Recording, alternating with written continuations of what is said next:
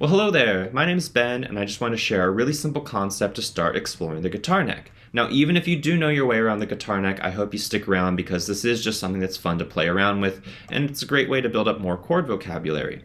Now, I call this half chords. And basically, it's not anything from music theory, it's not anything technical, it's just layman's terms for something that I found myself naturally doing. And then I happened to watch an interview of Elliott Smith here on YouTube, and he demonstrated the same exact thing, and he called it half chords, which is where I got the name.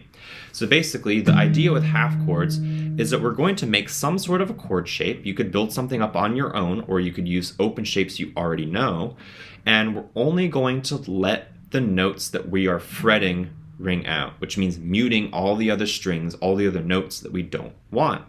So it can be a little bit technically challenging at first, but that's where this is nice because even for beginners, you can start playing around with this using the open chord shapes that you already know.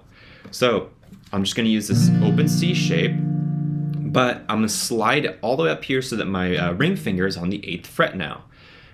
But if I just play this without muting anything, it's going to sound pretty dang terrible. Are you ready? Yeah, so I'm a big fan of dissonance in music, but that's a little bit crunchy even for my taste. So what I'll do is I'll just turn it into this half chord, and we're going to let these 3 notes that we're fretting ring out, but we need to mute the rest. And the way I will do this for this chord is I'll use my thumb to mute the low E, and then I'll use my index finger here, which is fretting the B string, and I'll kind of let it push up against the G string there, so it's not going to ring out. And then I'll also let it kind of rest on top of the high E string here, so it won't ring out either. So it does take some practice to get this to work, but it's a fun thing to explore. And you can try it with various different chord shapes. Some will work better than others. Just, have a play around and see what you can come up with. Little thing is you can also incorporate open strings in some places, which I plan on doing a video on, so subscribe if you don't want to miss that. But yeah, it's just a really fun thing to play around with, and if you know some bar chords or other things up here, you can probably incorporate it with stuff that you also already know.